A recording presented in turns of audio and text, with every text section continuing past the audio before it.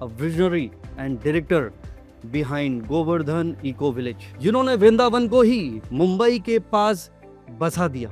आइए स्वागत करते हैं गौरंगा प्रभु जी का। But in spite of having those materialistic things, people still feel they are unhappy, they are empty. घर पे आए या कुछ वर्क से छूटे तो उसको लगता है फिर चलो भाई हम कुछ दारू पी लें, कुछ ये कर ले, कोई स्ट्रेस को फ्री कर ले, इस तरह से। Social media is a blessing or distraction? Distraction levels 2012 में 12 सेकंड्स का था जी। 2017 में वो लगभग 8 सेकंड का हो गया। गोल्ड फिश का भी 9 सेकंड है। तो हम लोग मछली से भी अधिक चंचल हो गए। हस्बैंड एंड वाइफ दोनों ने मिडिल पाथ निकाला है कि we will give space to each other and they live in separate rooms in the same house. वैदिक सभ्यता और संस्कृति के अनुसार 3 प्रकार की दंपत्तियां होती हैं। समझना है कि love doesn't mean pleasure, love means pain. ये बहुत ब्यूटीफुल कहा। सक्सेस और सेटिस्फेक्शन में क्या फर्क है? नियम बताए गए that eating, sleeping, work, recreation. Duryodhan के पास सब कुछ था। वनवास से आने के बाद युधिष्ठिर ने क्या मांगा? 5 गांव। मैं पोएट हूँ, मैंने एक बार लिखा था कि निकले थे गांव से शहर का पता पूछ के, और शहर पहुंचे तो गांव का पता भूल गए। कैसे एक बैलेंस और एक ग्राउंडेड जर्नी हम जी सकते हैं with the right kind of manifestation. Life is a preparation, death is an examination. गोबर और गोमूत्र के आधार पर किस तरह हम रसायन तैयार कर सकते हैं, फर्टिलाइजर, पेस्टिसाइड, वो सब सिखा रहे हैं। जैसे किसी मंदिर के अंदर संगमरमर के विग्रह के अंदर भगवान को हम प्रतिष्ठा करते हैं, वैसे ही धाम की भी प्रतिष्ठा हो सकती है। आई am okay if I will not get married, so is it okay? कि सुख और दुख ग्रीष्म और सर्दी की तरह आते और जाते हैं। So therefore the yogi is a connoisseur of pleasure. I wrote one poetry कि रफ्तार जिंदगी की बढ़ गई है कुछ इस कदर, वो भी भाग रहे हैं जिन्हें कहीं जाना नहीं। One misconception about spirituality. मैंने देखा सेंसुअल इंद्रियों का, फिर मानसिक, बौद्धिक, अहंकार। 4 आने 8 आने वाले को बोलते हैं। क्या आपको कभी किसी से प्यार हुआ था? क्या आपको लगता है ये सब माया है? नमस्कार, मैं हूं संदीप गोजर और आप देख रहे हैं सितारों का सफर। और आज के हमारे हम सफर हैं जिनकी शुरुआत तो हुई थी बीटेक की शिक्षा के साथ, और वो भी आईआईटी मुंबई से। लेकिन आज वो एक मंक हैं, एक ग्लोबल स्पीकर हैं, स्पिरिचुअल गाइड हैं। He is an author, a visionary and director behind Govardhan eco village, जिन्होंने वृंदावन को ही मुंबई के पास बसा दिया, जिनकी जिंदगी एक सेवा, सिंप्लिसिटी और कॉन्शियस लिविंग का एक जीता जागता उदाहरण है। आइए स्वागत करते हैं गौरंगा प्रभु जी का। धन्यवाद संदीप जी। बहुत अच्छा लगा गौरंगा जी, और first of all I would like to thank you for giving your valuable time. And हमारा ये सितारों का सफ़र है, और हमारा ये मानना है कि हर इंसान की एक एनर्जी है, एक ऑरा है, उनकी एक खुद की एक ज़िंदगी की एक इंस्पायरिंग स्टोरी है जो दर्शकों को इंस्पायर भी करे, गाइड भी करे। और अगर आप जैसे महान अगर लोग यहाँ पे हमारे साथ जुड़ते हैं तो I think it is a great idea for them to plan their journey. तो सबसे पहले मैं आपकी जर्नी की बात करना चाहता हूँ प्रभु जी, कि आप ये बताइए कि आपकी स्पिरिचुअल जर्नी का स्टार्टिंग पॉइंट क्या था? Because people who are not aware, you can become a doctor, engineer, and you were actually, and in spite of having all those professional ideas and way to lead your life, you have chosen a path which is not an easy path, first of all, because you have to in a way renounce everything, and you are unmarried, we are of similar age, and but how did it happen? धन्यवाद Sandeep ji. Actually बचपन से ही एक आध्यात्मिक परिवेश में तुम्हें पला बड़ा जी। But as you know that you don't always get answers to questions. कोई ऐसा माहौल नहीं है जहाँ पर, फोरम नहीं है जहाँ पे आध्यात्मिक प्रश्नों का उत्तर मिल सके। जी। तो जिज्ञासा हमेशा रहती थी, जन्म क्या है, मृत्यु क्या है, जीवन का लक्ष्य क्या है। कई गाने सुनते थे कि भाई जिंदगी सफर है, तो मैं पूछता था भाई फिर डेस्टिनेशन क्या है। तो ऐसे चलते चलते जब मैं आईआईटी में था तब भगवत गीता के संपर्क में मैं आया, और गीता में फिर भगवान कहते हैं देहिनोस्मिन् यथा देहे कौमारम यौवनम जरा तथा देहांतर प्राप्ति धीरस्तत्र न मुह्यति। जो जीवन भर में खोज रहा था उस प्रश्न का उत्तर गीता के इस श्लोक में मिला कि हम सभी का सफर वो आत्मा के कई कई जन्मों का सफर है, जो भिन्न भिन्न देहों के अंदर रहकर 84 लाख योनियों से चलते हुए वो आत्मा अब मनुष्य योनि में आई, और उस आत्मा की यात्रा को ही लेकर हम लोग हर आध्यात्मिक क्षेत्र में चर्चा कर रहे हैं। So all spiritual paths, Hindu, Muslim, Christian, Sikh, Jain, Buddha, what ever you name it, ये सभी केवल ये 5 तत्वों को लेकर चल रहे हैं। पहला तत्व है कि आत्मा अब वर्तमान में कहाँ है। जी।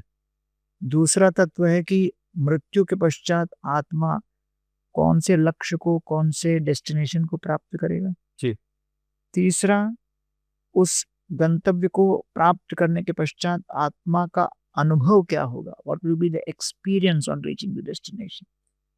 चौथा, यहाँ से लेकर, वर्तमान से लेकर भविष्य में वहां तक पहुंचने के लिए आत्मा कौन सी जर्नी फॉलो करेगी, कौन सा मार्ग अपनाएगी। और पांचवा, उस मार्ग को अपनाते हुए उस यात्रा में उस आत्मा के लिए कौन सी बाधाएं होंगी, what will be the obstacles. Starting point, ending point, experience, path and obstacles. ये 5 तत्वों को अगर आपने लेफ्ट हैंड साइड में रख दिया और जैसे जैसे एक एक का डिस्क्रिप्शन बदलते गए, राइट हैंड साइड में आपको धर्म का नाम बदलता हुआ दिखेगा। तो इसलिए चाहे जितने भी धर्म हो, पंथ हो, वो सभी आत्मा के इस यात्रा के विषय में ही चर्चा कर रहे हैं, अलग अलग दृष्टिकोण से। जी। तो एक पैरामीटर बदल दिया तो हिंदू का मुस्लिम हो जाएगा, उसमें एक और पैरामीटर बदल दिया तो शिया का सुन्नी हो जाएगा, द्वैत का द्वैत हो जाएगा। तो कई मान्यताएं, धारणाएं, श्रद्धाएं जो हम लेकर चल रहे हैं, ये केवल इन 5 तत्वों को लेके ही है। तो इसलिए लोग बड़े जटिल विषय को सरल रूप से नहीं समझने के कारण छोटी छोटी बातों को लेकर कलह में उतर जाते हैं। तो इसलिए अगर आपको एक लाइन में समझना हो कि सारा आध्यात्म क्या है, तो वो केवल आत्मा की अपनी यात्रा है, journey of soul. Journey of soul. उसमें कुछ आपने अलग अलग धर्म की चर्चा करी, कुछ नाम भी लिए। कुछ ऐसे धर्म हैं, they believe in only in one birth and they don't talk about from where they have come and where they will go. So ये कॉन्ट्राडिक्शन तो है in the belief system. But I think जो बात आपने इतने खूबसूरत अंदाज से, इतनी complicated, people they can't even handle their own journey of this body, and you're talking about the journey of soul, and that too in 5 different parameters. That is something which is really amazing and we need to learn a lot. हम उसकी चर्चा ज़रूर करेंगे, लेकिन उससे पहले प्रभु जी, मैं आपसे एक सवाल और करना चाहता हूँ about the place where we are in. ये जो गोवर्धन इको विलेज है, आज ये एक ग्लोबल आइकन बन चुका है।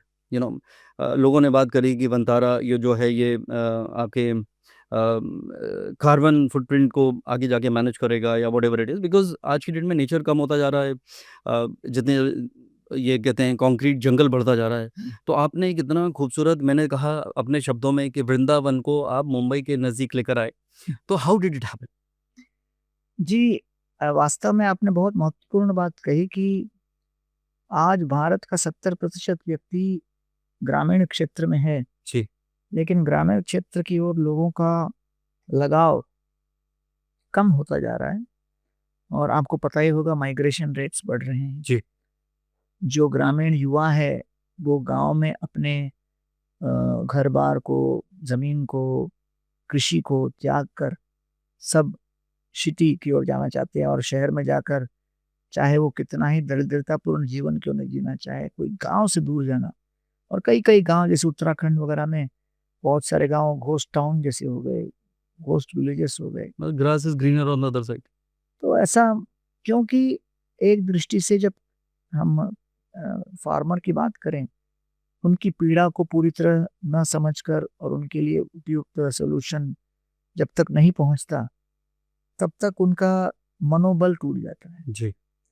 तो आज लोगों को लगता है कि ग्रामीण क्षेत्र में पैसा दो और प्रॉब्लम सॉल्व हो जाएगा। नहीं, वास्तव में आत्मविश्वास और स्वावलंबन और ये भाव कि हम आपके इस प्रयास को अप्रिशिएट कर रहे हैं। तो what the farmer lacks really is appreciation.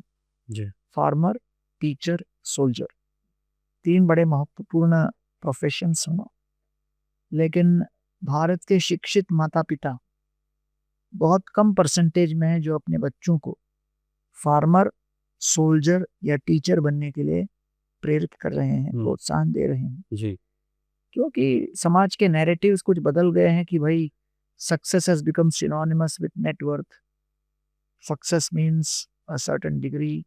And interestingly मैं तो हम लोग के तो विश्व भर में 1300 मंदिर चल रहे हैं 120 देशों में। जी, तो भारत के जो एलीट हैं लीडरशिप, चाहे कॉर्पोरेट्स में हो, या ब्यूरोक्रेसी में हो, पॉलिटिक्स में हो, प्रैक्टिकली उनके 90 to 95% बच्चे सब विदेश में ही पढ़ रहे हैं। जी, और मुझे कई फ़ोन आते हैं कि भाई अब हमारे बच्चे का थोड़ा वहाँ ख्याल रखो, जब ये बॉस्टन में जा रहे हो तो कभी मंदिर भी आ जावे, ऐसा वैसा थोड़ा करके। कल्चर बना रहे। तो मतलब ये बात हमें समझना है कि एक बहुत बड़ा ट्रेंड ये बन गया है। जी, so it has to start from the grass roots कि भाई हम अपने गाँव को न केवल आर्थिक रूप से समृद्ध बनाएं, लेकिन सांस्कृतिक रूप से भी उसे सशक्त बनाएं। जी, क्योंकि आज जितना शहर का व्यक्ति स्मार्टफोन के एडिक्शन से पीड़ित है, गांव में भी वो बीमारी पहुंच चुकी है। और आज लगभग अगर आप पूरे विश्व में देखो तो more than 170 million people are addicted to social media, उसमें 70 मिलियन भारत में है। क्या बात है। तो हम लोगों का प्रयास ये रहा कि इस्कॉन के शहरों में प्रेजेंस काफ़ी स्ट्रांग हो। दिल्ली एनसीआर में ही जैसे हमारे 18 मंदिर हैं, जी, मुंबई में 6-7 मंदिर हैं, वैसे शहरों में हम लोग का प्रेजेंस स्ट्रांग है। इसके कारण इस्कॉन के विषय में जानकारी भी अधिक है, जी, क्योंकि शहर के लोग ही हैं जो अधिक जानकारी देते हैं और शेयर करते हैं। बट गांव में हम लोग का प्रेजेंस इतना स्ट्रांग नहीं है।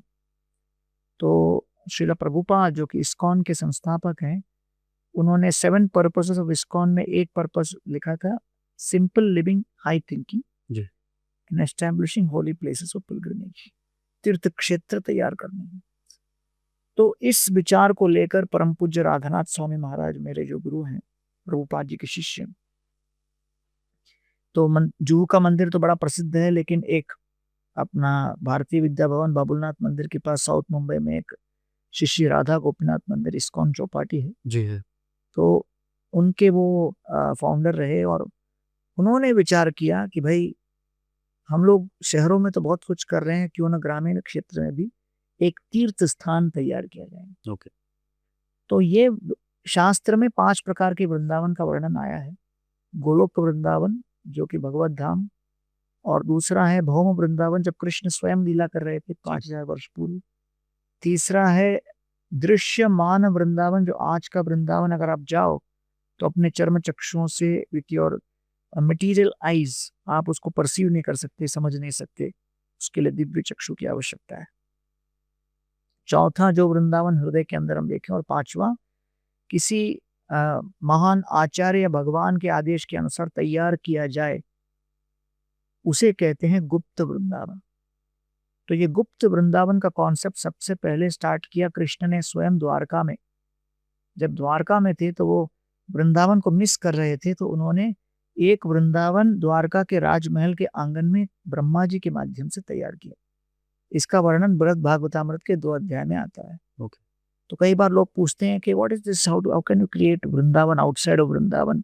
ये कॉन्सेप्ट कृष्ण ने ही शुरू किया, इसको कहते हैं गुप्त वृंदावन। और इसका पर्पस ये है कि हम इस वृंदावन को देखकर अनुभव करके उस वृंदावन का स्मरण करें।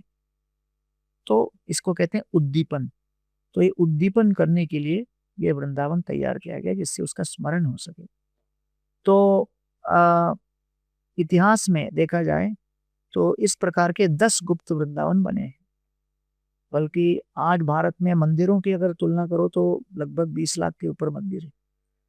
तो ये गुप्त वृंदावन में क्या आता है, पहला वो, दूसरा रामकेली जो कि रूप और सनातन ने तैयार किया बंगाल में। जी, तीसरा श्रीनिवास आचार्य ने तैयार किया मुर्शिदाबाद के पास बन विष्णुपुर में। चौथा रसिकानंद ने बालासुर में। पांचवा जयसिंह ने जयपुर के बाहर। छठा कृष्ण पेणी ने उत्तर वृंदावन अल्मोड़ा के पास।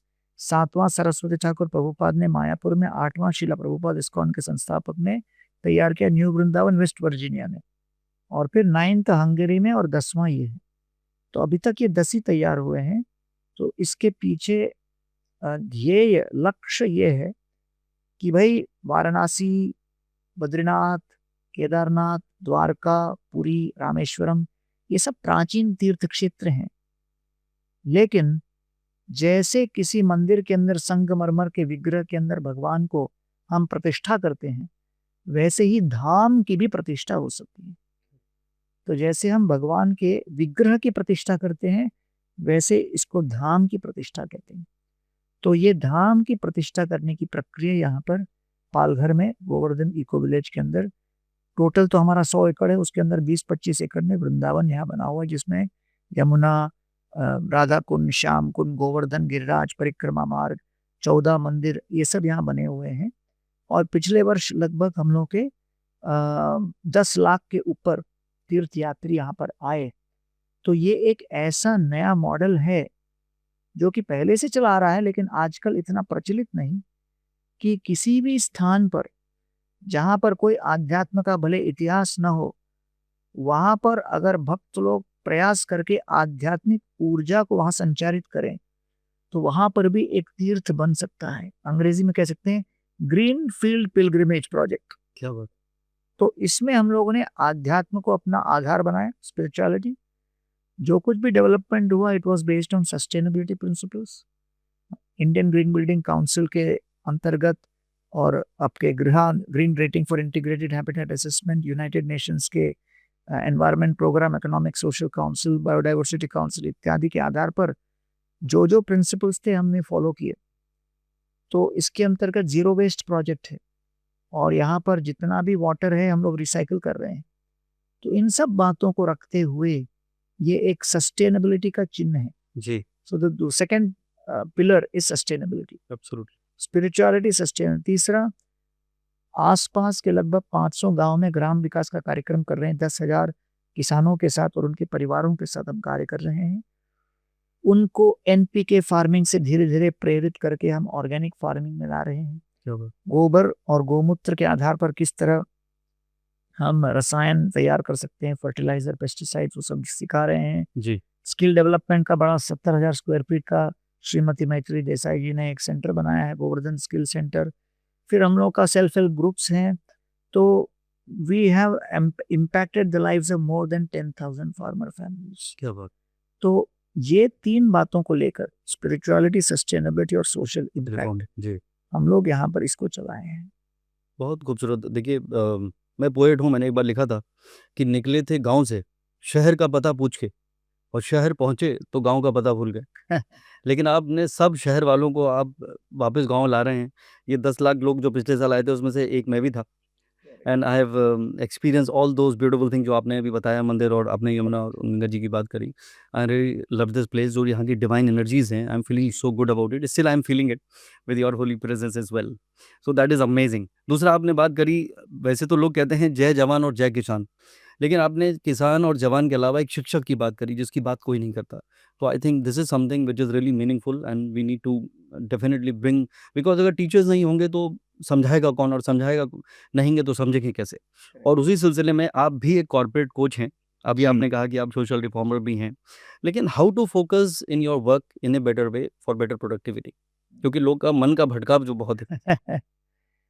आज आप मानोगे नहीं, माइक्रोसॉफ्ट ने एक रिसर्च किया 2012 टू 2017 के बीच, और देखा कि डिस्ट्रैक्शन लेवल्स 2012 में 12 सेकंड्स का था जी, 2017 में वो लगभग 8 सेकंड का हो गया। गोल्ड फिश का भी 9 सेकंड है। तो हम लोग मछली से भी अधिक चंचल हो गए। तो आज अगर आप देखो, 9 in 100,000 आर कमिटिंग सुसाइड। जी, $1 ट्रिलियन इकोनॉमी का लॉस है because of mental health crisis. Correct. तो ये डिस्ट्रैक्शन का मूल कारण है। कई बार लोगों को लगता है गैजेट्स कारण है, fast internet access to high speed internet ये कारण है, लेकिन वास्तव में भगवत गीता के अनुसार सबसे मूल कारण डिस्ट्रैक्शन का है lack of a goal in life. Lack of goal. जब आपके पास कोई लक्ष्य नहीं हो, तो हर चीज आपको जो है आकर्षित कर देती है। जापानीज में कहते हैं Ikigai, find the purpose of life. तो आपका कोई लक्ष्य नहीं, पर्पस नहीं, तो हर चीज को देखकर उसके पीछे भागने लगो तो फिर क्या फायदा। तो इसलिए भगवत गीता में किसी भी व्यक्ति को अपने जीवन को संतुलित करने के लिए 4 उपाय बताए गए हैं। जी, युक्ताहार विहारस्य युक्तचेष्टस्य कर्मसु युक्त स्वप्नावबोधस्य योगो भवति दुःखः। तो कहते हैं हर व्यक्ति के जीवन में जो भी दुख है, उस दुख से मुक्त होने के लिए उसे योग करना है। योग अर्थात अपनी आत्मा की चेतना को परमात्मा से जोड़ना है जी, और साथ में 4 पहलुओं को अपनाना है। युक्त आहार, आहार को नियंत्रित करना है और युक्त स्वप्न, अपनी निद्रा को नियंत्रित करना है। शारीरिक स्तर पर ये 2 कार्य बहुत महत्वपूर्ण है, ईटिंग एंड स्लीपिंग। दूसरा, मानसिक स्तर पर युक्त विहार, किस प्रकार का मनोरंजन आप कर रहे हैं, और युक्त चेष्ट, जो कि व्यक्ति का वर्क है, और फिर रिक्रिएशन।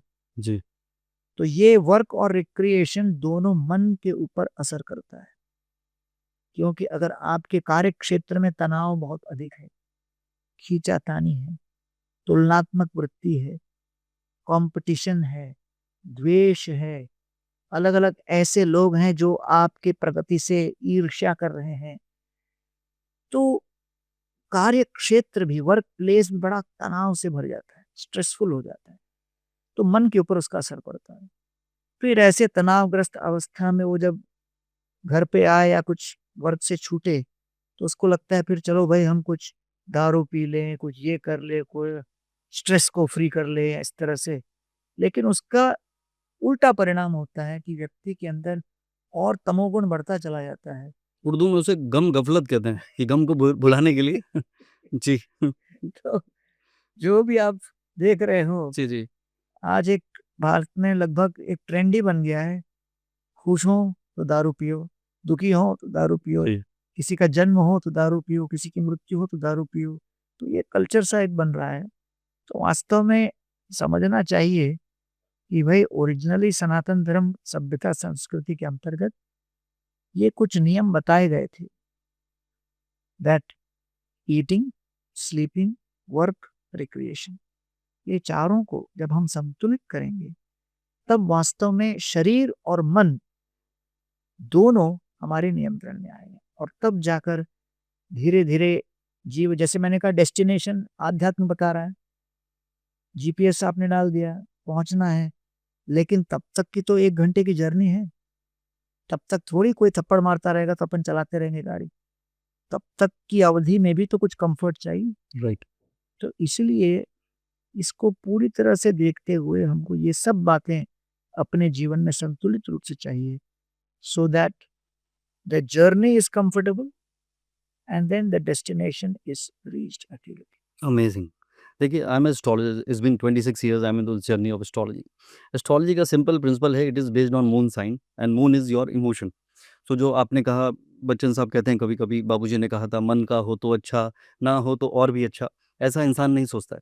उसके मन के हिसाब से होता है तो लगता है बहुत अच्छा है, भले ही वो उसके लिए अच्छा हो या ना हो। जैसे आपने वाइसेस की बात करी थी कि गम गफलत लोग कर रहे हैं, तो it is all about going in the right direction, wrong direction. And coming back to the direction, astrology also talk about GPS in life. जैसे you know where you are going but you don't know how the traffic is, or is there any diversion. So when you know where you are heading and what is the right path for your journey, I think it definitely help you. And I think या तो astrologer बताए या फिर astrologer बताए या ना बताए, अगर आप स्पिरिचुअल हैं जो आपने कहा, तो आई थिंक आपका एक्सेप्टेंस बढ़ता है। और दूसरा जो बहुत अच्छी बात मुझे लगी आज सीखने को, it is all about maintaining a balance. तो जब आप कंपैरिजन और एक्सपेक्टेशन और आपके खुद के एस्पिरेशन में फंसे रहेंगे, तो Correct. फिर तो ये जर्नी आपके लिए दुविधा वाली ही रहने वाली।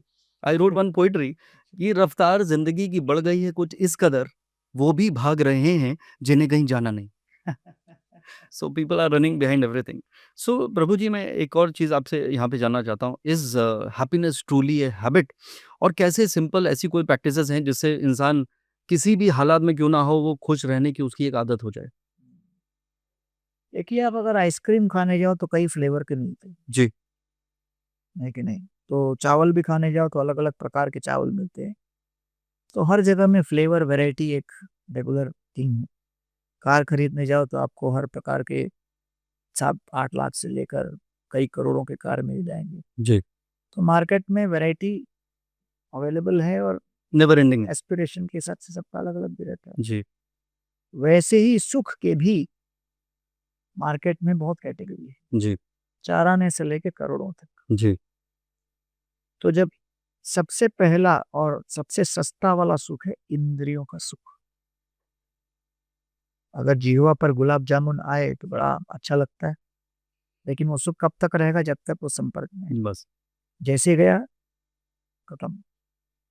तो इंद्रियों के स्तर पर उस सुख को 4 आने का सुख कह सकते हैं, जी, क्योंकि वो कुछ समय तक रहेगा, जब तक संपर्क रहेगा, लेकिन फिर समाप्त। उसके ऊपर का जो सुख है 8 आने का सुख, वो है मन का सुख। जैसे आपने सही कहा कि कई लोग जो है संगीत में, कविता में, सुंदर दृश्य में, जी, जो है नेचर, प्रकृति, क्योंकि उसमें जब व्यक्ति रमता है तब फिर वो खाना पीना भी भूल जाता है। जी, तो ये इसका प्रमाण है कि ये उससे हायर है। जी, उससे ऊंचा है, मान लीजिए 1 रुपए का सुख। वो क्या है? इंटेलेक्चुअल, बौद्धिक स्तर पर। अब चेस खेलने के लिए 2 आदमी बैठे हैं, दोनों ना हिल रहा है, ना कुछ बोल रहा है, ना हाथ पैर हिला रहा है, और दूर में बैठा हुआ व्यक्ति सोचेगा अरे क्या कर क्या रहे लोग। लेकिन दोनों का दिमाग तेजी से इतना चल रहा है कि पूरी तरह वो लोग तल्लीन हैं, खाना पीना सोना सब भूल गए। परम्यूटेशन कम्बिनेशन लगे हुए हैं हजारों। कार्ड्स में ब्रिज का एक आता है, और वैसे ही अलग अलग साइंटिस्ट लोग जब अपना एक्सपेरिमेंट में लग जाते हैं, सब कुछ भूल जाते हैं, क्योंकि वो बुद्धि के अंदर जो आइडियाज चल रहे हैं, जी, so that intellectual stimulation it surpasses mental and sensual. क्या बात तो 1 रुपए का है। एक सुख रुपए मैं का। बोलता। जी, फिर उसके बाद 2 रुपए का सुख, वो क्या है? अहंकार का। अहंकार के स्तर पर जिसमें गलतफहमी भी है। मैंने ये काम किया, क्रेडिट किसको मिलेगा, किसने ये कर दिखाया। तो वो एक जो सुख है, इसलिए दुर्योधन शब्द का नाम क्या है, अर्थ क्या है? दुर्योधन, जो हमेशा जीवन भर गलत कार्य के लिए, लक्ष्य के लिए युद्ध करता रहा। क्या बात। दुर्योधन। और किस गलत कार्य के लिए युद्ध करता रहा? He was only fighting to protect his number 1 position. वो केवल अपने अहंकार को बचाने के लिए कोई भी कीमत देने के लिए तैयार थी। यहाँ तक कि एनेक्डोट है कि हस्तिनापुर में इतने गर्मी में भी, ग्रीष्म ऋतु में, दुर्योधन अपने ऊपर किसी को छतरी लेने अलाउ नहीं करता था। क्यों? उसको लगता था मेरे ऊपर कोई ना हो, इंक्लूडिंग अम्ब्रेला। My God. इतना ऑब्सेस्ड था वो। तो इसलिए ये ईगो का सुख है। तो अगर देखो, दुर्योधन के पास सब कुछ था। वनवास से आने के बाद युधिष्ठिर ने क्या मांगा? 5 गांव। लॉजिकली देखिए, जिसके पास पूरी दुनिया पड़ी हुई है, और ये 5 गांव मांग रहे हैं, वो 5 गांव देने में क्या प्रॉब्लम था? लेकिन दुर्योधन का अहंकार इस तरह का था, उसको लगा 5 गांव में युधिष्ठिर को दूंगा, वो इतना नेक व्यक्ति है कि कई प्रतिष्ठित लोग आकर उसी के पास ज्वाइन हो जाएंगे और उसके गांव में बस जाएंगे। तो उसका अहंकार ऐसा था कि वो ये नहीं सोच रहा था कि मेरे पास 5 लाख 10 लाख गांव है और युधिष्ठिर को मैं 5 गांव दूंगा तो क्या मेरा जगह। नहीं, वो सोच रहा था नहीं, वो 5 गांव लेकर भी युधिष्ठिर की लोकप्रियता मुझसे अधिक ना हो जाए। तो एक पहलू में भी वो किसी को अपने ऊपर नहीं जी, देख पा रहा था। दैट जी, वाज हिज एनवी। राइट। तो इसलिए ईगो। तो ये एक और, तो हमने देखा सेंसुअल, इंद्रियों का, फिर मानसिक, बौद्धिक, अहंकार। जी, अब ये सब 4 श्रेणी के सुख के आगे 5वां और सबसे ऊंचा सुख है आत्मा का सुख। रमन्ते योगिनो अनंते सत्य आनंद चिदात्मनि इति राम पदे नासो परम ब्रह्मादि। ये आध्यात्मिक सुख क्या है? ये 10 करोड़ का सुख है। परम आनंद। ये 2 रुपए से सीधा 10 करोड़ का क्या बात। जंप है, समझ रहे हैं? तो इसका टिकट साइज इतना है, लेकिन उसको पाने के लिए भी फिर उतना ही कसरत करना। रमन्ते योगिनो अनंत, ये अनंत सुख है, जी। सत्य आनंद है, इसलिए इसका नाम है राम। राम शब्द का अर्थ है ओशन ऑफ ब्लिस, आनंद का एक सागर, अनंत सागर, अथाह सागर, असीमित सागर, अतुल्य सागर। तो ये वास्तव में जितने योगी गण हैं, जब आपको लगेगा कि आप तो वैरागी हैं, ये है वो है, लेकिन हम लोग सुख के मामले में सबसे महत्वाकांक्षी हैं। हम सुख के, परम सुख के, सबसे महंगे सुख के, सबसे ऊंचे सुख के पीछे इतने पागल हैं और इतना ध्यान हम लोग एकाग्र करके चल रहे हैं, इसलिए हमारी जीवन शैली ऐसी है। So therefore the yogi is a connoisseur of pleasure. क्या बात है। कैसे कॉनिज्योर होता है? अच्छे भोजन का, दारू का, आर्ट का, वैसे ही सुख के मार्केट में जो सबसे महंगा जो है, उस सुख के पीछे जो लगे हैं, वो है योगी। 4 आने 8 आने वाले को बोलते हैं भोगी। किसी ने पूछा कि what you get when you become spiritual, the only answer is state of bliss. You are happy no matter what. So that is amazing. एक मैंने पोएट्रीज पे लिखी थी, उसमें जरूर नाम खुदा का आएगा, but it is all about spirituality. जी जी जी। जो आपने कहा कि state of bliss when you are happy, तो दीवाना, you are in a that state when you are happy, दीवाने की तरह। तो दीवाना कहता है जमाना, मुझसे क्या खता हुई, मोहब्बत को खुदा माना, या फिर खुदा से मोहब्बत हुई। So when you believe in the higher self, that is how you are in a state of bliss. That's amazing. But people also, they have started connecting that bliss with another synonym, and I'm not saying it is right, but that is how they believe in, and they are calling it manifestation. So what it is, because हमारे ज़माने में, जैसे मैंने कहा, we are of similar age, हमारे ज़माने में ये वर्ड डिक्शनरी में नहीं था, और हम लोग पॉजिटिव थिंकिंग और वो हायर थिंकिंग में बिलीव करते थे। Now people, instead of manifestation, they are hearing more as manifestation. तो they have materialized this word as well. तो जो भी उनको चाहिए वो मटेरियलिज्म के एंगल से, कोई नहीं सोचता कि मैं बहुत स्पिरिचुअल हो जाऊं, भगवान मुझे आशीर्वाद दो। They are only demanding something which is tangible और which is materialistic. So what is your take on that? कैसे एक बैलेंस और एक ग्राउंडेड जर्नी हम जी सकते हैं with the right kind of manifestation? Bhagavad Gita में भगवान कहते हैं, यम यम वापि स्मरन भावम यजंती अंते कलेवरम तम तम एवैति कौन्तेय तदा सद्भाव भावः। भगवान कहते हैं, मन के अंदर जो भी आप विचार करोगे, स्मरण करोगे, वैसा ही मृत्यु के समय आपका विचार होगा। Life is a preparation, death is an examination.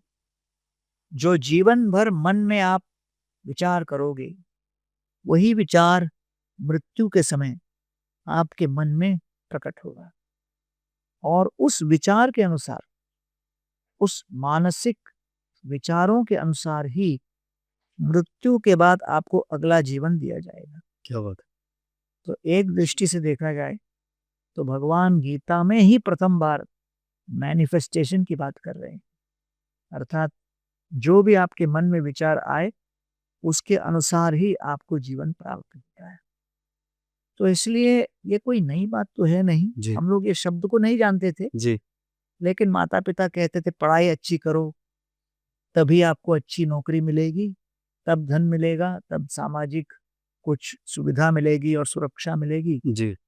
तो उस बात को लेकर ही अपने जनरेशन के लोग पढ़ाई में लगे रहते थे। जी बिल्कुल। और 1960s और 70s का जो भारतीय है, उसी ने सबसे पहली बार महत्वाकांक्षा की कि हम विश्व के कोने कोने में जाके बस सकते हैं, धन कमा सकते हैं, आर्थिक विकास कर सकते हैं, और तब जाकर लगभग 76 मिलियन इंडियंस बिटवीन 1990 टू 2020 भारत के बाहर जाके बसे। जी। आज 36 मिलियन अभी भी भारत के बाहर हैं। जी। तो ये एक महत्वाकांक्षा करना, विचार करना, मनन करना, स्मरण करना, ये मनुष्य के इतिहास में हमेशा ये रहा है। जैसे प्रगति हुई समाज में, टेक्नोलॉजी आई, अलग-अलग व्यक्तियों ने अलग-अलग समय पर इस तरह की टेक्नोलॉजी की तरक्की की कि नेक्स्ट लेवल का कंफर्ट हमारे सामने आया। वो सब किसी के दीर्घकालीन स्मरण, मनन, प्रयास का ही तो असर है। एब्सोल्युटली। तो इसीलिए ये मैनिफेस्टेशन शब्द हो सकता है अर्वाचीन है, लेकिन कोई विचार करना, महत्वाकांक्षा को पालना और उस आकांक्षा के अनुसार एक वास्तविकता को प्रकट करना, ये तो मानव समाज में सदियों से ही चला रहा है। क्या बात it is not something new. तो आध्यात्म में इसको एक अलग रूप देकर कहा है कि जीवन भर आप जो करो वो करो, लेकिन ये याद रखना कि मृत्यु के आगे भी आप अपना एक लाइफ मैनिफेस्ट कर सकते हो। तो इसलिए भगवत गीता वो ग्रंथ है which helps you manifest a life of your choice beyond death. क्या बात है! इसी से रिलेटेड मैं एक बात बोलना चाहता हूँ। किसी ने कहा था कि मोक्ष की प्राप्ति किसको होती है? तो आंसर था कि either you fulfil all your desire or you are left with no desire. जो आपने कहा कि आखिरी पल आपके मन में क्या रह जाता है? तो अगर आप भगवान को धन्यवाद करते हैं कि thank you God, whatever you given me I am blessed and I am happy, so I think you are done. तो that is a beautiful thing which you just said कि वही आपके अगले जन्म का कारण बनता है जो आपके मन में बात रह जाती है। इस जन्म में एक बहुत ही इम्पोर्टेंट एक एस्पेक्ट है जिससे आधी से ज़्यादा ज़िंदगी निकल जाती है जूझते हुए, और वो है पति-पत्नी का संबंध। और with the passage of time ये थोड़ा-सा कॉम्प्लिकेटेड होता जा रहा है। इंडियन हस्बैंड का एक डीएनए है, we start taking our wife for granted. उसके बाद वुमेन एम्पावरमेंट हो गया, now wife is doing better than most of the husbands. और फिर वहाँ पे एक डिस्टेंस क्रिएट होता है, जहाँ पे थोड़ी-सी लाइफ डल, बोरिंग हो जाती है। तो what is your take on that? मतलब how to lead a blissful life, जो बेसिकली जो हस्बैंड वाइफ का ये यूनियन था, it was meant for that peace and harmony and happiness in life. तो वो सर एक डिमिनिश होता जा रहा है। As a astrologer I am मतलब this is my curiosity, so how to deal with it? वैदिक सभ्यता और संस्कृति के अनुसार 3 प्रकार की दंपतियां होती, जी, 3 टाइप्स ऑफ फैमिली ओके, और 3 फ्लेवर्स ऑफ फैमिली। पहले को कहते हैं पार्थिव रस। पार्थिव रस मतलब पति और पत्नी साथ इसलिए आए जिससे कि आप मुझे सुख दो, हम आपको सुख देंगे। It's like a business like transaction. जी, so it's a transactional relationship कि भाई चलो हम लोग साथ में रहेंगे जब तक सुख का व्यापार होता रहेगा, जी, और उस सुख के बीच कोई भी अड़चन बाधा आए तो भाई हम उसको नहीं छुएंगे। जी, it's not part of the deal. जी, इसलिए परिवार के साथ रहने में कठिनाई, बहुत सारे दूसरे आपत्तियां जी, आज हम देख रहे हैं, क्योंकि एक ज़माने में भारत में हमने देखा है 100-150 स्क्वायर फीट में कितने लोग एक साथ रह जाते थे जी, और एक शेयरिंग का कल्चर था। बिल्कुल, अब इंडिपेंडेंस और स्टैंड अलोन कल्चर ज़्यादा बढ़ गया है। तो ये पार्थिव रस जो पाश्चात्य देश में हावी है, वो ये कि भाई परिवार का हर सदस्य केवल अपने विषय में सोच रहे, स्वार्थ ही श्रेष्ठ। सो दैट इज द पार्थिव रस विच इज ग्रॉस। पार्थिव मतलब ग्रॉस। तो इसलिए आज हम देख रहे हैं कि लग्जमबर्ग जैसे देश में 88% डिवोर्स रेट है, जी, स्पेन में 65% डिवोर्स रेट है, फ्रांस में 55% डिवोर्स रेट, रशिया में 51% divorce rate, global divorce rate 46% है, अमेरिका में 44% डिवोर्स रेट है। तो ये सब देखते हुए, क्योंकि पार्थिव रस मतलब I will continue till I get pleasure, the moment there is some inconvenience, finished. मतलब एक जॉइंट फैमिली से इंडिविजुअलिस्टिक लाइफ हो गई। तो ये पार्थिव रस। जी, दूसरा है स्वर्गीय रस।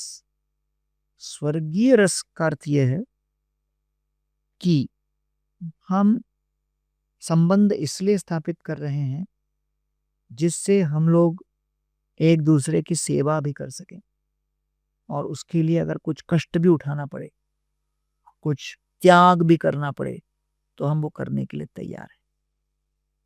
इसको कहते हैं स्वर्गीय रस, willingness to accept inconvenience so that family is together.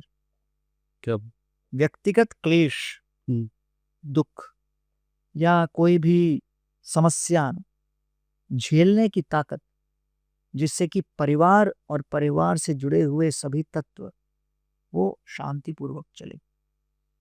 तो इसलिए भारत में भी हमने देखा है इतिहास में कई बार परिवार के एक सदस्य ने विवाह नहीं किया क्योंकि वो अपने भाई बहनों को पढ़ाकर आगे बढ़ाकर उनको सेटल करना चाह रहे थे। So the example of someone sacrificing in a very prominent way, serious way, just so that they can support the family. Doesn't make any sense from selfish point of view. जी स्वार्थ की दृष्टि से इसमें कोई अर्थ नहीं बनता, लेकिन एक अंदर से कर्तव्य परायण होने का सुकून है। in spite of all the odds you have written a book on resilience वो सुकून है जी कि भाई नहीं, हम ये कर रहे हैं किसके लिए? दूसरों के लिए। कर्तव्य परायणता, इसको कहते हैं स्वर्गीय रस।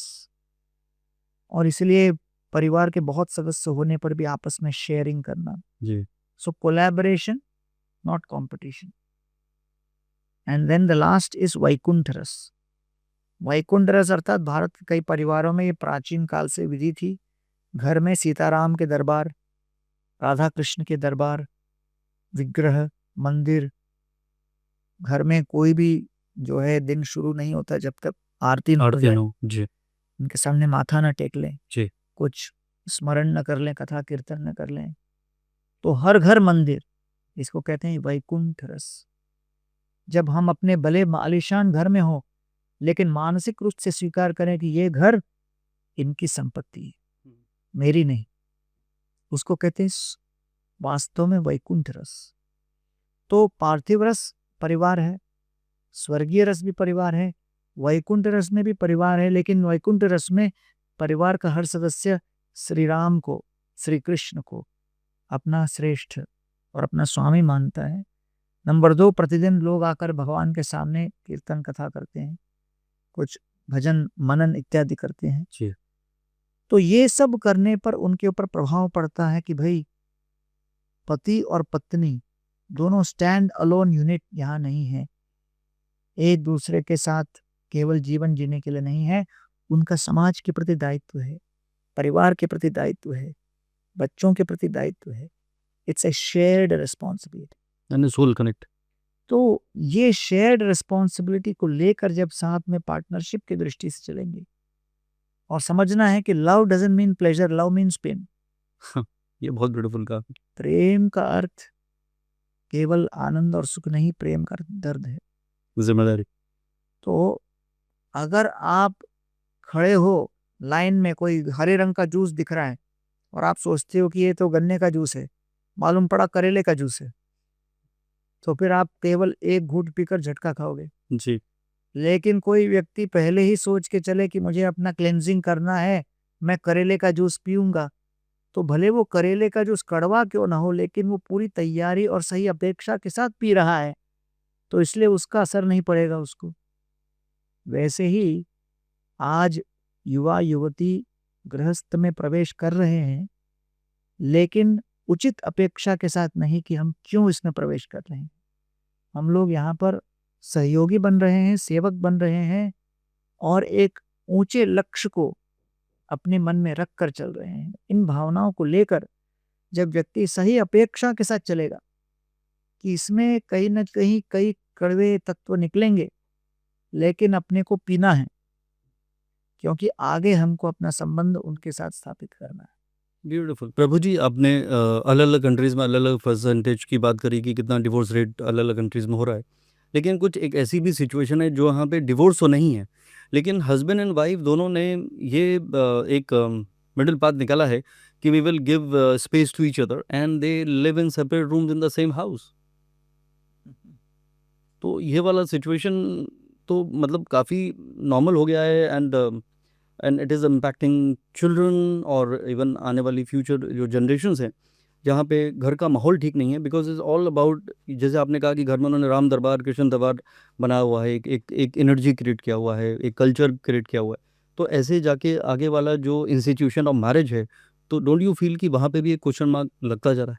कली युग जो है आज का युग, इसका वर्णन आया है, इसके अंतर्गत 2 प्रमुख गुण हैं, क्वालिटीज। पहला है क्वारल, दूसरा है हिपोक्रेसी। कली या तो कलह, मतभेद, और दूसरा है दंभ। तो लोगों के अंदर अभिमान की भावना बढ़ती जा रही है और रिलेशनशिप, संबंध किसके ऊपर आधारित होता है? Give give give and forgive. लेकिन ये प्रक्रिया आज के युग में समाप्त होती जा रही है। हर व्यक्ति के अंतर्गत स्वार्थ बढ़ता जा रहा है और जैसे मैंने कहा, transactional behaviour is on the rise. Give and take. तो संस्कार ऐसे थे, इसलिए जो 60s और 70s के बॉर्न लोग हैं, उनका एक अपना एक अलग एक एक्सपीरियंस रहा। Women also started working, financially भी इंडिपेंडेंट हो गए। जी। तो इसको सब लेकर भी एक अलग इकोसिस्टम तैयार हो जाता है। लेकिन समाज की अपेक्षाएं उनसे यही है कि भाई वही सब करो जो घर में होना चाहिए। जी।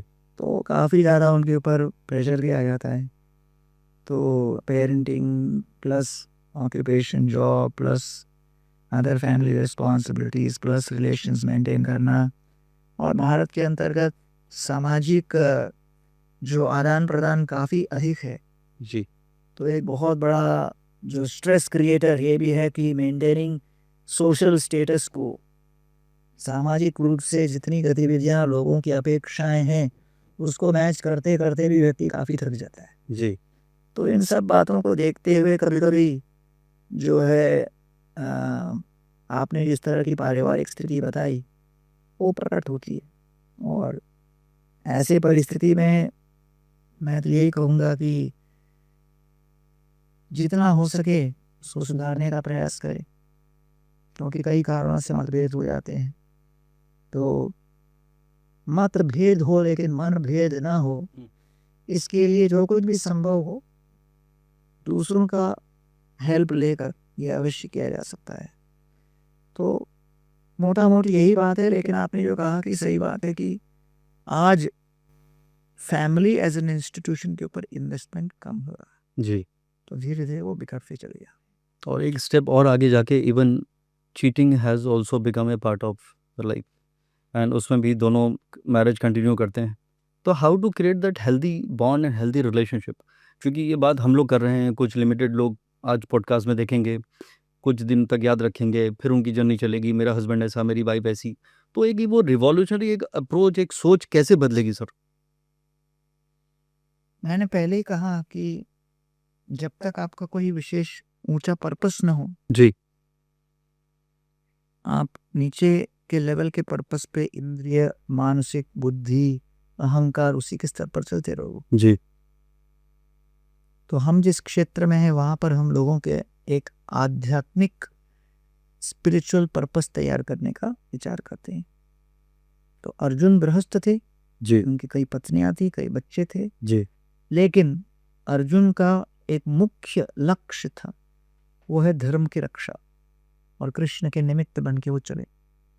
उसी प्रकार आज के युवा पीढ़ी के अंतर्गत अगर किसी एक बात की कमी हो तो वो है कोई आध्यात्मिक लक्ष्य की कमी, और उस आध्यात्मिक लक्ष्य की कमी के कारण वो भौतिक जगत पर ही, लेवल पे ही, स्तर पर ही बहुत कुछ करते जा रहे हैं, और उनको लग रहा है कि भाई मुझे उचित सम्मान नहीं मिल रहा, ये नहीं मिल रहा, वो नहीं मिल रहा, और अपने ही भ्रम में लगे रहते हैं।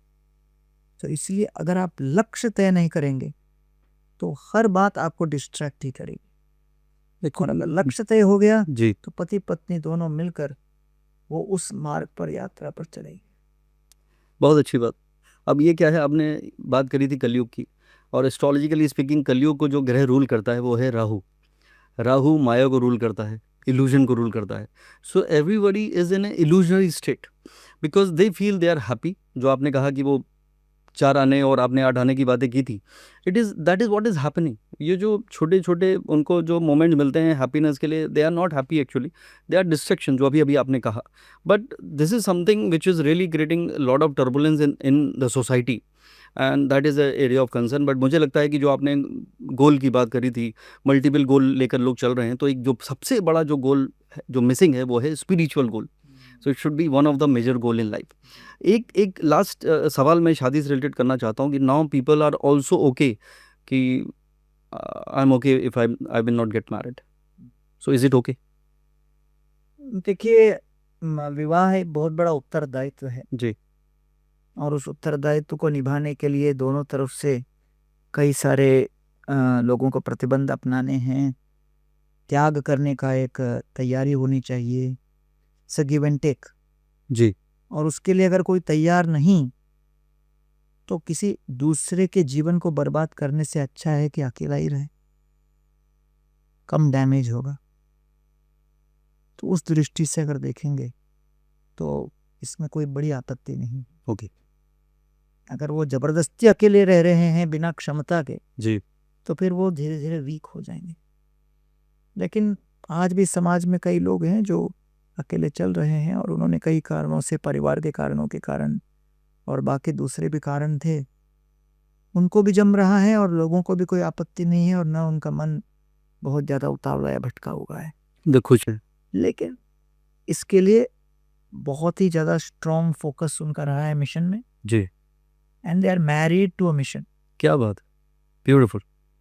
इसलिए कहीं ना कहीं आपको अपने ध्यान को तो पूरी तरह एकाग्रचित करना है। किसी से शिकवा नहीं मुझे ज़िंदगी में, तना हूँ पर खुश हूँ खुद ही से ज़िंदगी में। तो when you learn to be happy with your own self, तो I think that is only, I think spirituality के बिना तो नहीं होता। एक चीज़ और है, हम बात स्पिरिचुअलिटी की कर रहे हैं, बहुत सारे लोग अभी भी यही सोच रहे हैं कि यार मेरा एक और घर बनना चाहिए, एक और गाड़ी लेना चाहिए। यानी मेरे पास बच्चन साहब का डायलॉग था कि शशि कपूर ने कहा था मेरे पास बंगला है, बैंक बैलेंस है, गाड़ी है, तुम्हारे पास क्या है? तो उसने कहा था मेरे पास माँ है। और ज्योतिष की नज़र में माँ और चंद्रमा एक ही होता है, यानी मन। तो the person who is happy, I think he is more blissful than the person who has those things. But in spite of having those materialistic thing, people still feel they are unhappy, they are empty. अब उसके लिए क्या करें, क्या चाहिए उनको अब इसके अलावा? देखिए, अगर कोई पिंजड़े में तोता है और उस आप पिंजड़े को साफ करते रहो जी और तोते को खिलाना भूल जाओ, तोता तो मर ही जाएगा। जी उसी प्रकार आत्मा है पिंजड़े में शरीर के, शरीर को अलग अलग प्रकार का सुख देते रहो, लेकिन आत्मा को उसका सुख न दो, पोषण न दो, तो आत्मा भूखी रह जाएगी। मतलब यही भूल जिंदगी भर करता रहा, धूल थी चेहरे पे और आईना साफ करता रहा। बिल्कुल। प्रभु जी, आपके हिसाब से इल्यूजन क्या है जिसमें लोग जीते हैं, सबसे बड़ा इल्यूजन? तो युधिष्ठिर महाराज को ये पूछा गया यक्ष के द्वारा कि सबसे बड़ा भ्रम क्या है।